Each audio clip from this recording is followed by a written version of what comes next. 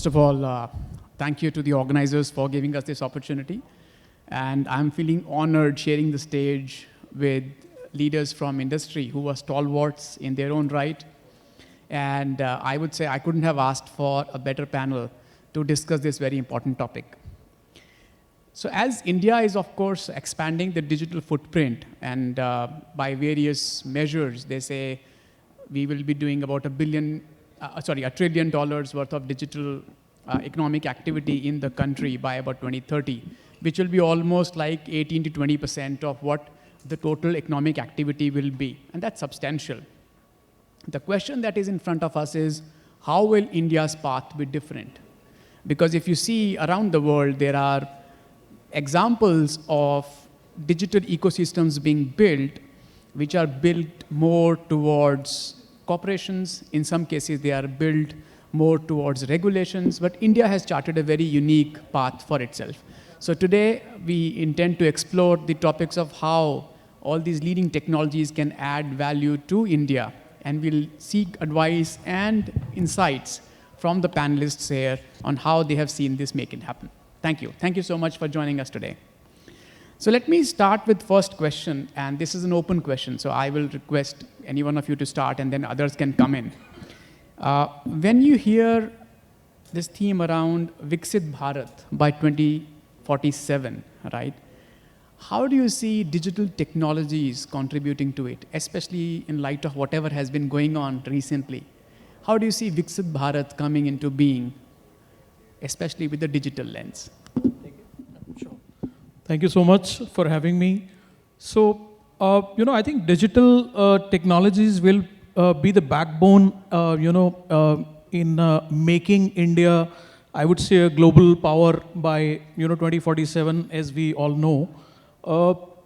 Basically, it's all about driving inclusive growth, through digital governance, smart healthcare, and, I would say accessible healthcare to the larger masses, and then smart agriculture and various other technologies that, all of us are leveraging in day-to-day lives.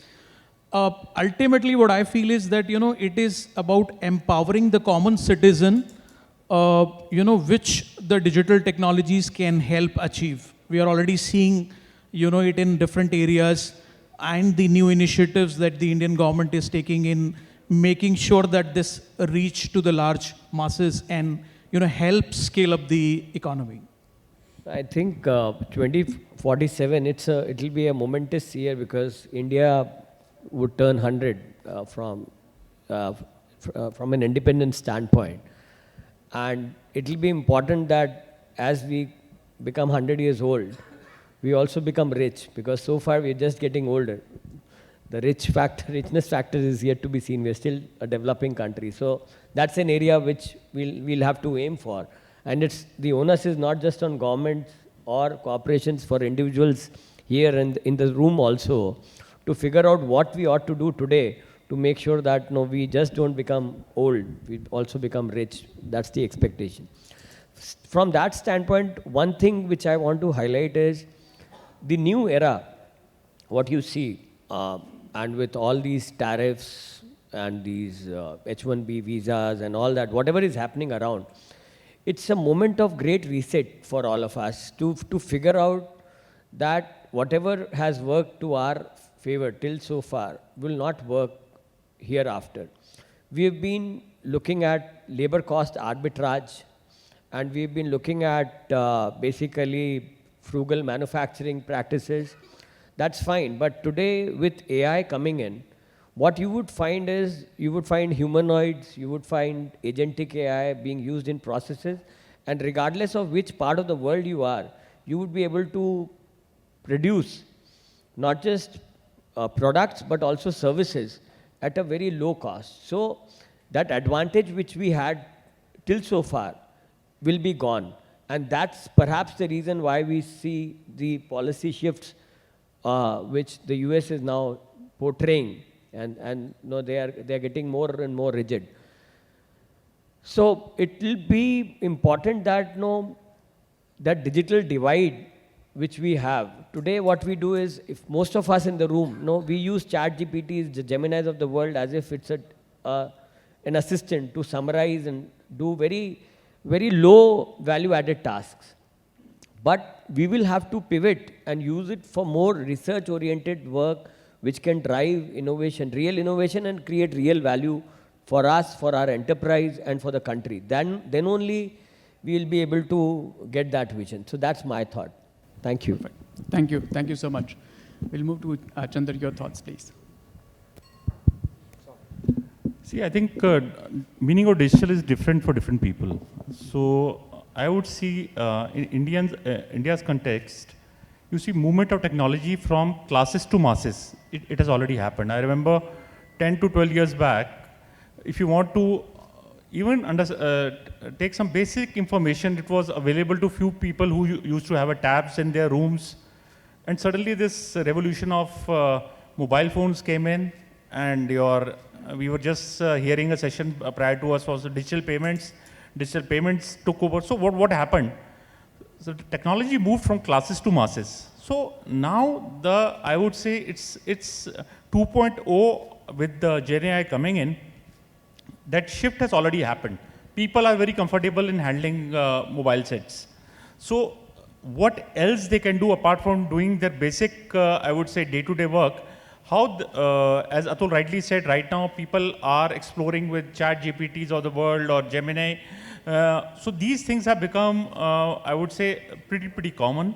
But going forward, as we are saying, and moving towards the Viksit Bharat, as you already said, I think that stage is stage 2 from Atmanirbhar Bharat, then Digital India, then Viksit Bharat. So if you see, it's a complete chain. And we are already reached that change whereby we can say, yes, we are Digital India. If you see, maximum number of payments today are happening digitally. So now, how do we scale it up and scale the usage? It is going to decide how soon we cross the line of Viksit Bharat.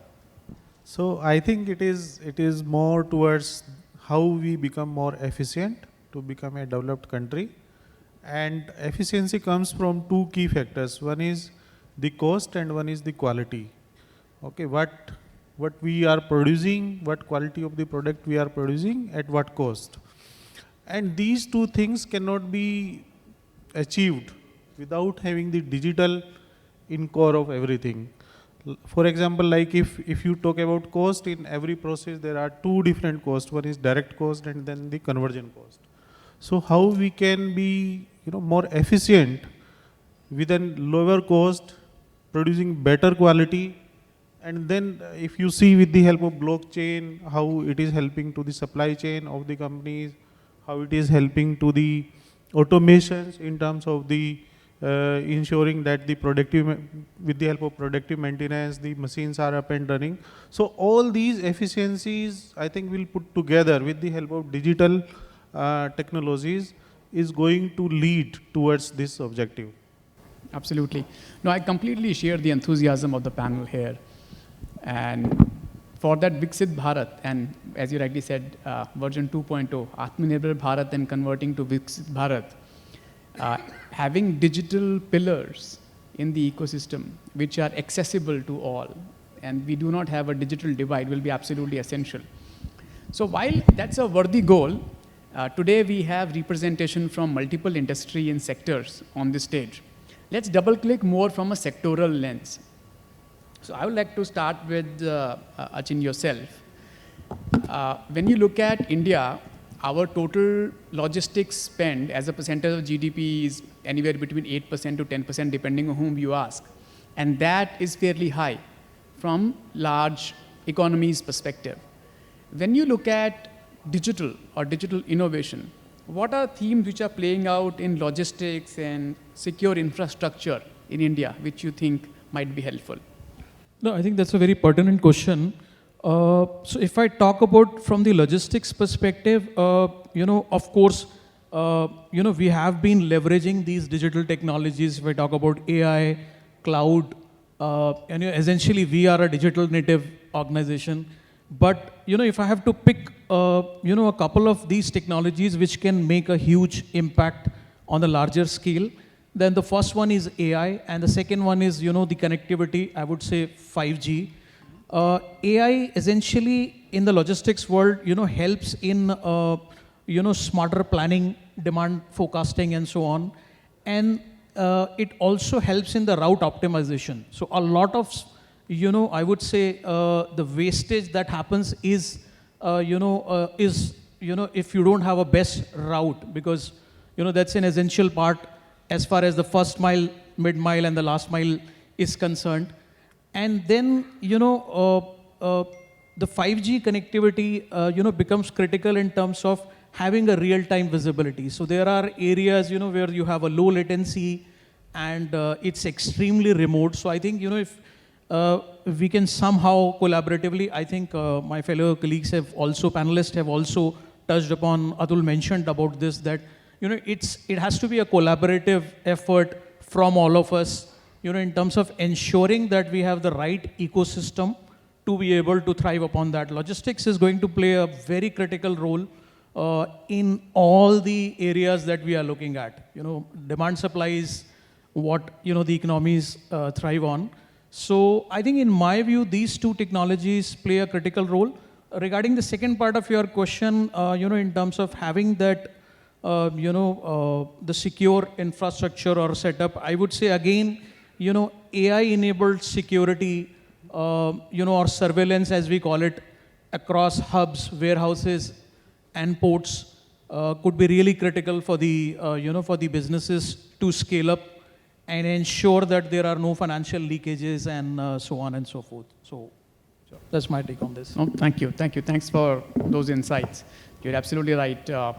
Essentially, India moves on the entire logistics sector. So to make it happen, we will need to invest heavily.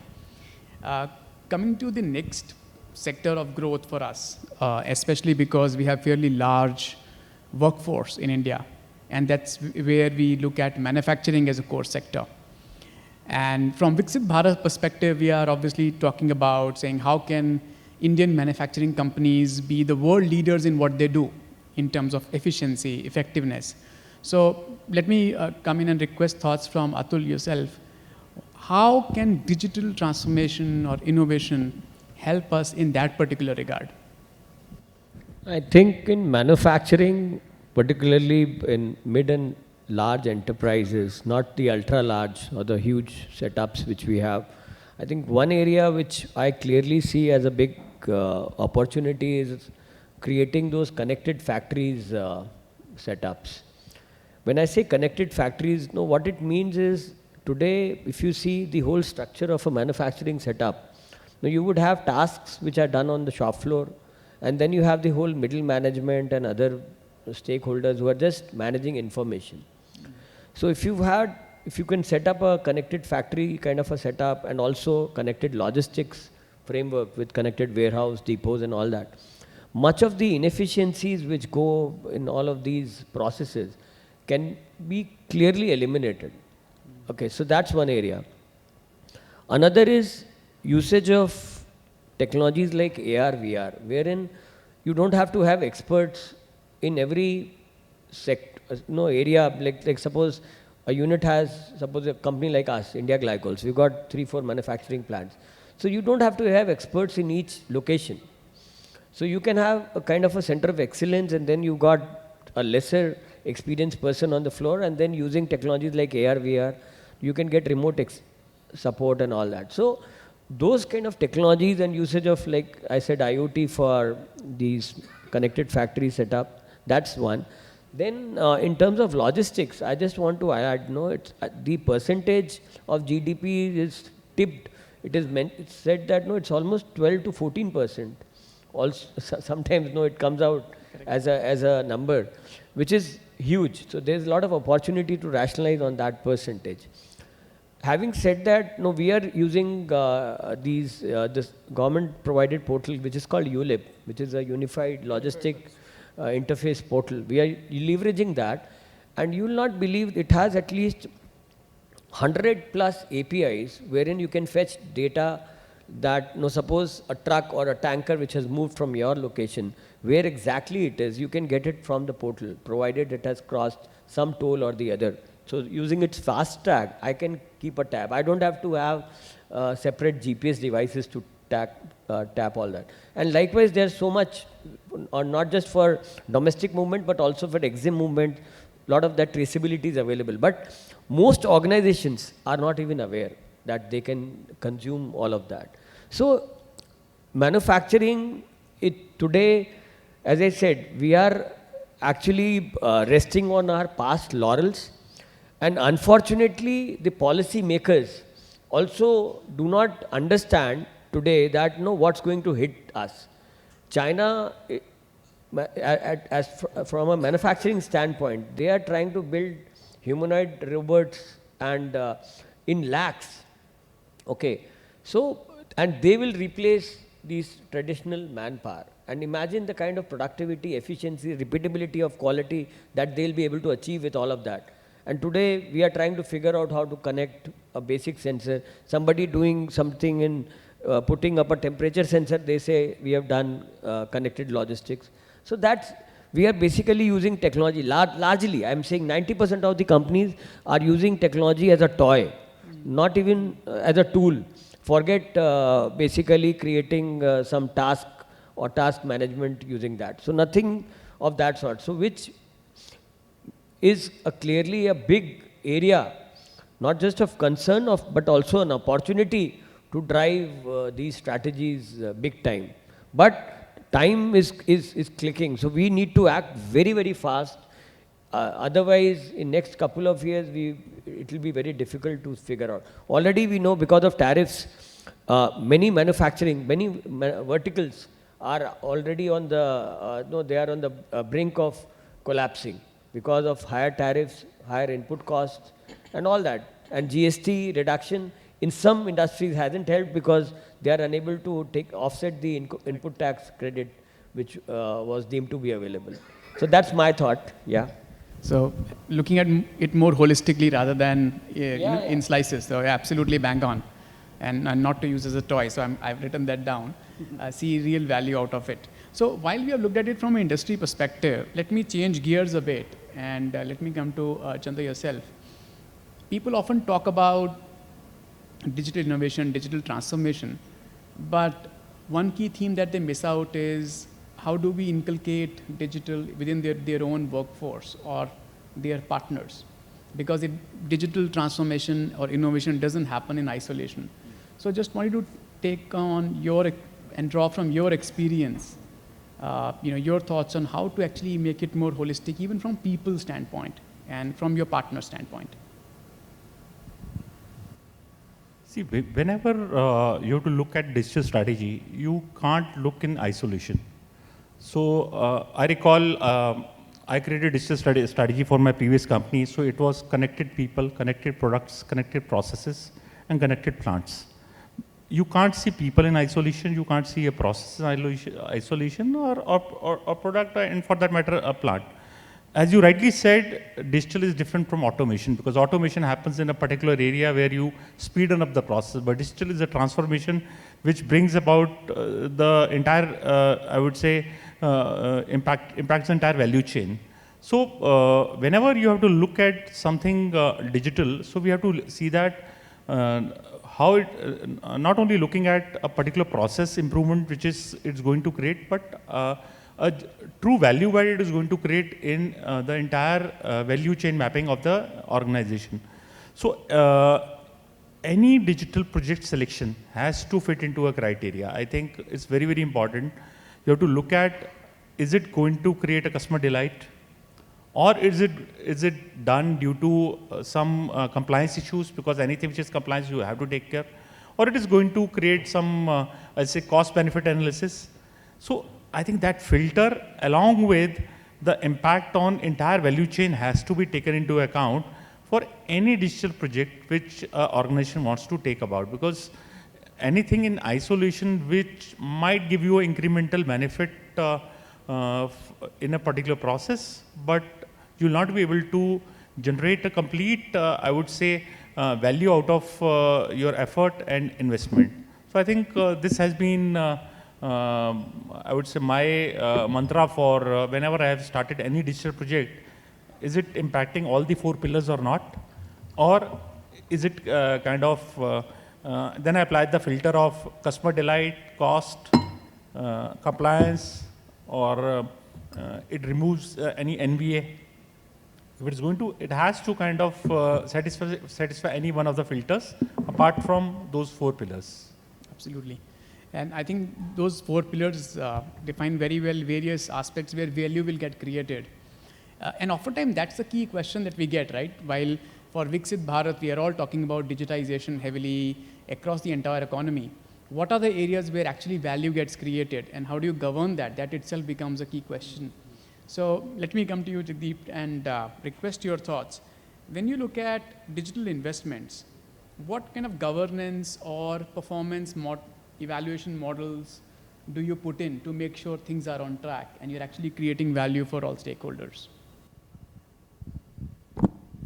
So I think the biggest thing is what value we bring out of that. You know what Chandar also mentioned too. I agree to it. Because if you are not bringing any value, then it is not going to happen. Now, values may be different in nature.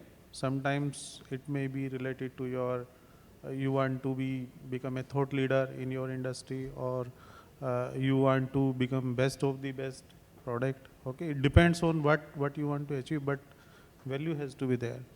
So when it comes to particularly to our organization, when we do such projects, we do 2 things before we take any project. One is we define a very clear criteria what will be the success parameter. Okay, because many times we do investment and then after doing the project there is a big questions come from CFO, nothing has come out. Okay, so I think that is one thing which we very clearly define as a framework, like what will be the very clear objectives. Wherever it is possible to define it in quantities, we define in quantities. Wherever it is not possible to define an absolute quantity, we define the qualitative values, whatever will come out of it. Secondly, as an organization, we believe more on like the vision technology. Okay, so we are doing a lot of investment towards the vision technology, because we believe vision technology is something which will eat up a lot of other technologies in coming future. And we have done large investment in terms of the video analytics. We use the lasers measuring for the distance, dimensions, angles. Just to give you an example, like if we were doing the quality inspections for a gearbox. Okay, so you will surprise, even till today there are multiple gearbox manufacturers, but there is no good quality inspection tool is available. And now I think with the help of AI coming in, with the help of laser scanning is coming in, it is possible to scan it within very cost-effective manner. So I think this is just an example, but if you see in an entire value chain like ours, there will be 1,000 companies, there will be 1,000 processes, and if everybody is putting those steps, so I think this is where it will the nutshell, the overall impact on the economy will be huge, and it will be very good in terms of this. Thank you. Thank you. Thanks for sharing your thoughts on that. So we started out more on the macro side, right, and saying let's start from the top and look at the sectors. Then we said, okay, let's get into the organization, the human element, the value creation element. Let's explore a few more angles, and just looking at time, probably we'll make it an open question. So I'll request any one of you to answer, and then others can add in. One question I had is specifically again for Viksit Bharat. We have some leaders, as you rightly mentioned. In fact, you also mentioned that we have few leaders, large manufacturing companies, but there are a lot of companies which are evolving or mid-tier. How can they actually benefit from this entire digital wave? What do you think they can do to actually get advantage, get access to some of these leading technologies and transform themselves as they are on the journey to become really world-leading organizations? So what is it that we can do for those smaller players or those underserved segments? See, as you rightly said, there are certain leaders who make huge investments in technology, and they are the trendsetters. So whether you want to take any field, whether be it ERP, be it if you want to have a Salesforce solution or you want to have a HR solution, so there are trendsetters, and there are obviously various solutions available. But good thing is, in India, the ecosystem of startups has really geared up. So for every, I would say, a problem, you have those niche solutions available. Correct. So today, someone might not be interested in putting in a money in a SAP. So probably he can put in you can have some other solution which will be equally effective and will give you the same results. Similarly, someone doesn't want to put money in a service now, then probably you can put money in Convert Desk, a cheaper solution. So similarly for HR, now Darwin Box gained popularity. The reason was SAP had SuccessFactors, PeopleSoft, and all those companies. But Darwin suddenly became, after that, new solutions came in. So this is what I'm saying. There are solutions available. You might not go with the brand names, but there are good Indian startups which are offering good products, and those can be looked at. And you can see, no one can ignore a digital transformation journey. I think that's given. You might have cost constraints, but there are solutions available to address your budget constraints. But I think the important aspect is that mindset of moving ahead and riding this digital wave is more important. And I am sure what we are seeing across industries, everyone is cautious of this fact. If they don't, I would say, adopt now, they will have a huge challenge of existence. I think this fear is real, and this is ensuring whatever solutions which are coming in Indian market are getting adopted very fast. Like you can see a Zoho kind of example now, exactly. Obviously being an Indian company, and suddenly it has kind of gauged the imagination of even government of India now. Absolutely. I think just to add to what Chandar said, I think in my view, and with this tariff thing, getting forced on us, it's a great opportunity for the Indian startups, to sort of come out, and then, in the absence of a better word, if we can also have some sort of a marketplace where you have these, we all know, I mean, if you, ask any of us, we'll be able to tell you about the top 10 CRM solutions, ERPs, and so on. But there are companies who can't afford even the low-cost solution that, we would recommend. I'm trying to be very candid here. But then at the same time, there are players existing in the market. Atul touched upon it that, this ULIP, the Unified Logistics Interface, most of the companies are not even aware about this. So there is awareness, and then there is enablement. So if there is some sort of a marketplace where you can connect these small players with the, the aspiring companies who want to use them, and they lack those digital, they can't afford to have digital experts and so on. And I'm sure, Big Four can also play a big role, in this area. By doing this, not only will it, help them digitalize their operations at their affordable cost, you can have those certified, technology partners with the approximate cost. A lot of these small-term players, they are a bit scared to even, evaluate those solutions because of these prohibitive costs and so on. So if somehow we can do that, it'll be a boost to your Viksit Bharat initiative in the longer run.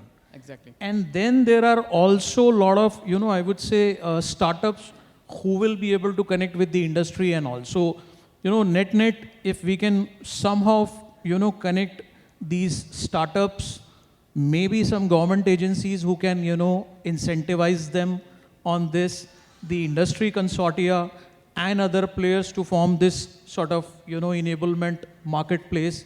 It'll help everyone. It's a win-win for all. So. Completely with you. In fact, in just 2025 alone, startups in India have raised about $7.5 billion. And for example, if we talk about Gen AI itself, about $500 million, so $500 million, even in a year which not has been so great as far as investments have been concerned. So it clearly shows the potential of startups. And I completely agree with you. Rather than building in India for some other country, it's better to build for India and serve the Indian. Yeah, but I think, I'll have a slightly, contrary point of view on that. What we have seen is that, whenever there is a trend, all of us have seen blockchain came in, then the AI, and you have different flavors of AI, the AI ML, the traditional AI, and then you have these, generative AI, and now we are talking about the agentic AI, and so on. You'll see a lot of startups, getting into that. But the problem that all of us, have gone through, and I'm sure there are other leaders with the board, and when we go back to the business, is, the lack of business use cases. Atul touched upon this, the smart factory initiative, right from the moment you manufacture it to the time you do the last mile delivery. There are not many players who can actually visualize the entire business use case scenario so that we can then pitch it. So, we were just discussing it offline, one of my, colleague was asking that is there a low cost solution for one of the businesses that is more of a CSR initiative. But I think, even I couldn't recommend one which is as cheap as, getting a 100 rupee per user license.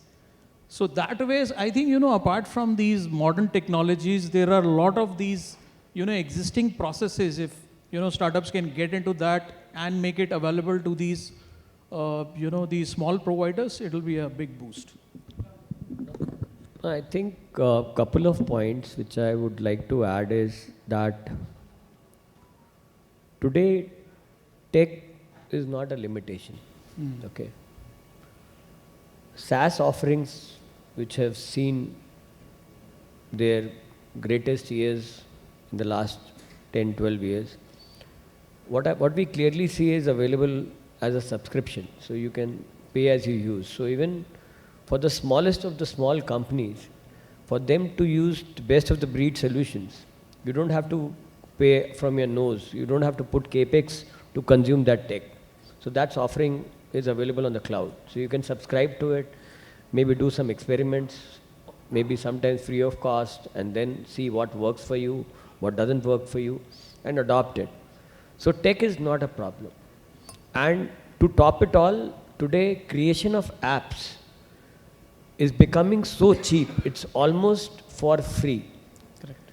And with vibe coding tools which are available, generally available, and most of them at very minuscule costs, even a CEO would be in a position to do vibe coding sitting in their drawing or wherever rooms.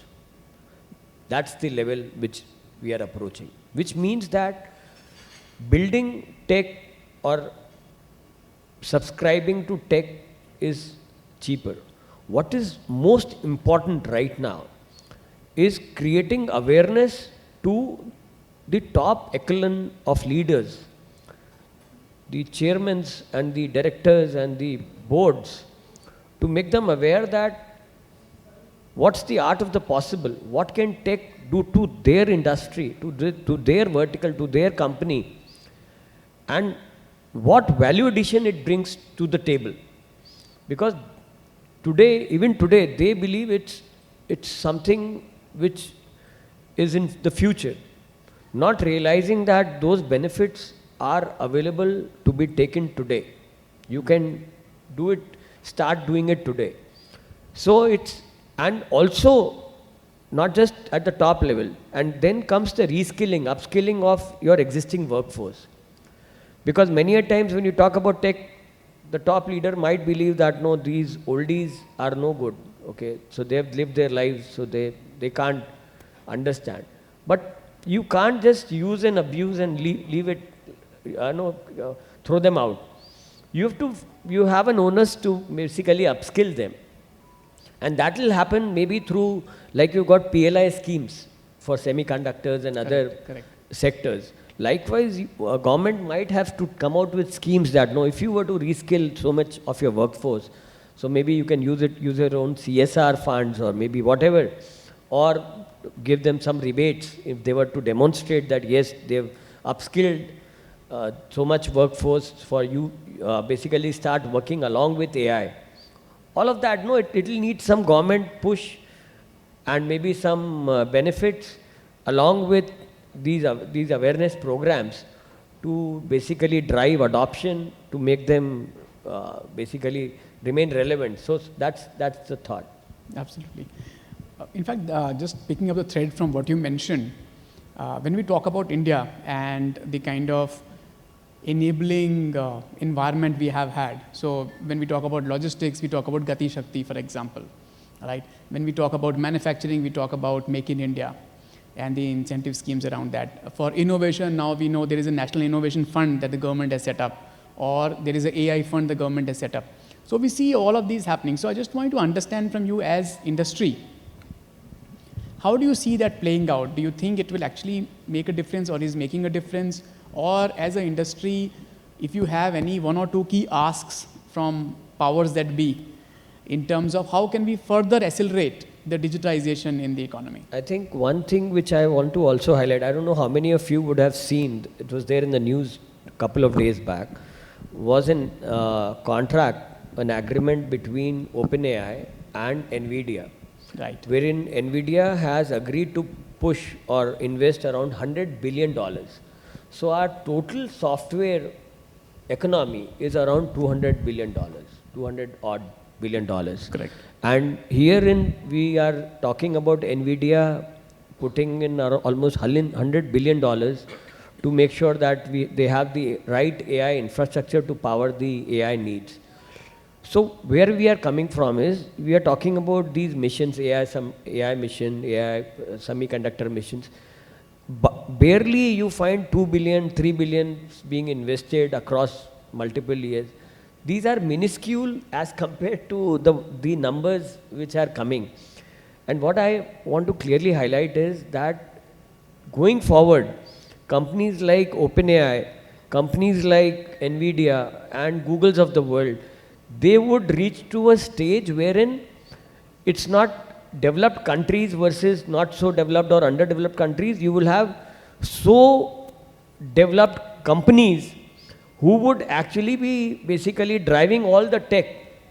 And we, as a large population, $1.4 billion, we might as well remain just as a consumer of that tech. So that's a very threatening and a very scary situation we might land unless we pivot and start doing something which is at par with what these guys are currently doing. So we'll have to start investing not just in AI, not just in skill building, but also possibly in power generation, because power also is a big play, because unless you have the power sources, AI and all that will just be a vision. It can't translate into reality. So many things, we need to work, but we need to do it today, even yesterday, I would say. That's my thought. Absolutely. So just keeping an eye on the watch, maybe I'll have a chance to take one closing comments from each one of you. So as we have discussed initially the macro view, then the sectoral view, then the people view, then we went into startups and the ecosystem view, and we also got a chance to explore the government and the policy regulation area as well. But if you look at the entire direction toward Viksit Bharat and the role digital will play, what are your one or two key point of views or advice to people who might be watching this, who might be business leaders in your respective areas or even policy leaders? What are those one or two takeaways that you want to leave with them as closing remarks from your side? So we'll start from you perhaps, Jagdip ji. So I think the government has been much faster, much advanced in terms of the digital transformations project. If you see the Aadhaar, digital payments, lot of other whatnot. But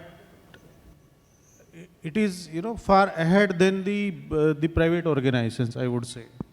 We have not been, done any transformation project on that scale or that kind of nature.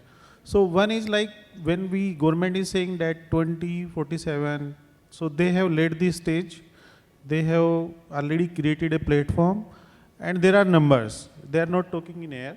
Okay, there are numbers, there are plans behind it, and government is working. All the state governments are working towards that direction to achieve those numbers to their targets. So one thing which we should learn from the government is like the moving with vision. Okay, everything we cannot be calculated in terms of ROIs. So that is one thing if we can convince to our leaders, to the CFOs primarily, where everything comes with numbers and ROI. So many things are not done with only with the ROIs. There are visions and there are the future associated with it. I think that is my take. Sure. Thank you. We'll pass it on. Closing remarks from your side, please. So I think there are two aspects. One is your own individual organization aspect. Mm-hmm. What do you do to kind of come to a digital 2.0, 3.0, whatever .0 you want to mention in, depending upon various stages you are in. Every organization is different. So, and every country is different. Let's be honest, we can't afford to be a true industry 4.0 because we have so much of labor available to us. Mm. So I think we have to work out a path whereby it's hybrid. Mm. I think whereby I'll say large scale of automation might be deterrent to our, I would say, entire ecosystem of India. So I think we have to be very, very careful.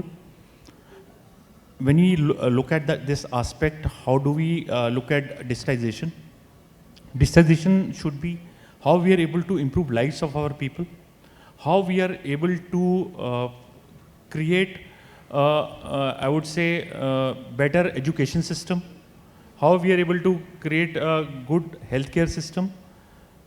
It cannot be only aimed at cutting the cost, because our problem is we are a village country, let's be honest. So I think it's important to see that with that lens. Up till now, I think government has been has created a fine balance, looking at how digitization has happened, how I would say to make life easy for citizens. I think this has been their aim. Going forward, if you want to move to a, I'll say, Viksit Bharat in 2047, I think we have to define what is Viksit for us.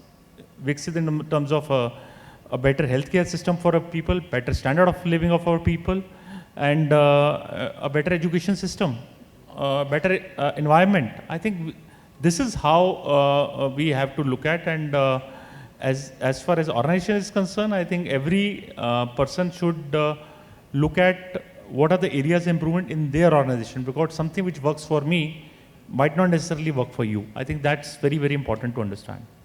Thank you. Thank you for bringing that, I would say, clear voice of support for equity and equality and looking at slightly wider definition of Viksit. It cannot be necessarily only confined to business performance of corporate sector. So this is very, very well put. Thank you. Atul, your thoughts? No, I think the topic today is around innovation, inclusion and sustained growth. So innovation we've spoken much about. I think it's also about inclusion in terms of skill building. How do you make sure that the lower strata is also skilled in adopting these technologies, because largely we are an agri-based economy, okay? So how does the innovation, maybe perhaps in precision agriculture, can those benefits can be shared with the larger farming community maybe, so that their yields can get improved? And also from a sustainability standpoint, what measures we need to take, not just in enterprises, but also in our farmland, so that the environmental aspects are also addressed.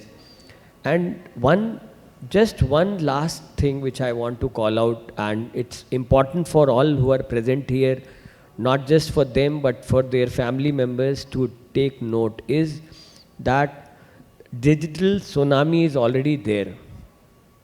It's just that you are oblivious to it, you wish it away, you think it is not there, but it is already there. And if you are not prepared, if the organization is not prepared, in 1 year or 2 years time, those who are holding seats of power or are holding a seat at least in their organizations might start getting challenged. We are already seeing patterns wherein these large software companies, entities are cutting jobs left, right, center, and to the tune of 30-40%, so to say. Some data points are out in the open, some not so open.